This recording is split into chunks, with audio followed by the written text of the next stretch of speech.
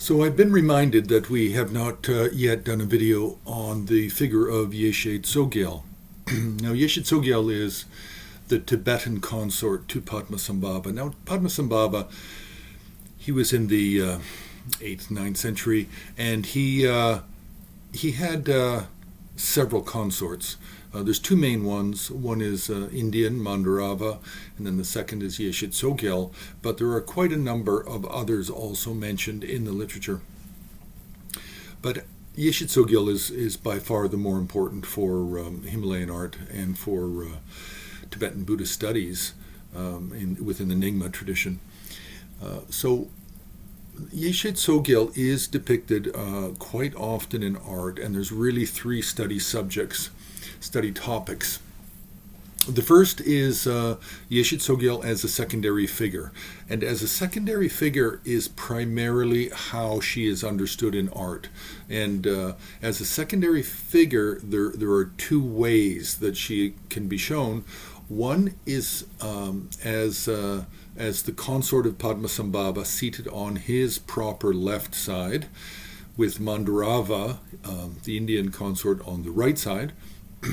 And the second way of showing Yeshe Tsogyal as a secondary figure is within the life story narrative paintings or murals of Padmasambhava.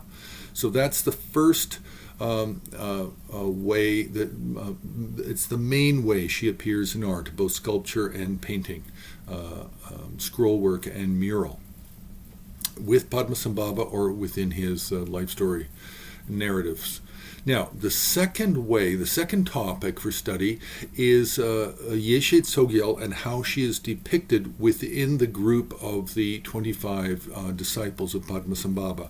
She is definitely included, and she's also included in some smaller groupings, the 8 or the 12. There's different ways of grouping the 25 disciples, and there's also different systems of who are included within the list of the 25 disciples. Now, where do we find these 25 disciples? Well, yes, we can find them on their own. We can find them as initiation cards. We can find them as murals. We can find them in various ways and depicted in various combinations of iconographic subjects for sets of paintings. Such as the eight forms of Padmasambhava, or the 8 Kagye pronouncement deities. We can also have some 25 disciples interspersed within the composition for those as well. There's different ways that they can appear. So now the third study topic, or the third main way that Yeshe Tsogyal can appear in painting or sculpture, is as a solitary figure, where she's intended to be just standalone by herself in a painting or as a sculpture. And these would be depicting her in her Guru Yoga form. And this form would depend on what Nyingma revealed treasure tradition Yeshe Tsogyal is coming out of, as whether or not she appears as a Vajrayogini, or whether she appears as a white kind of peaceful goddess like Machiglabdran, or a white, kind of like a white Vajravarahi.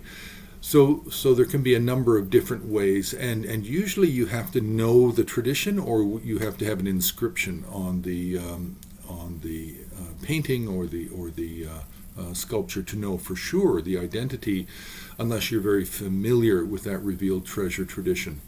So this is just to say a little bit about Yeshe Tsogyal. Now, in terms of her attributes, she has several different ways she can appear. Often she's holding a skull cup, but she can also hold a skull cup in her left hand and hold a purba, in a peg or a nail, in her right hand. This is often how she's portrayed within the group of the 25 disciples. When she's part of the three figures of Padmasambhava, Mandurava, and Yeshe Tsogyal, then often she's just holding a skull cup in one hand, and the other hand is maybe performing a gesture of blessing or a gesture of respect to Padmasambhava. So this is just an introduction. You can press the like button, you can subscribe. More importantly, you can join HAR on Patreon, and you can also make a donation to Himalayan Art Resources directly on the home page of Himalayan Art Resources, himalayanart.org.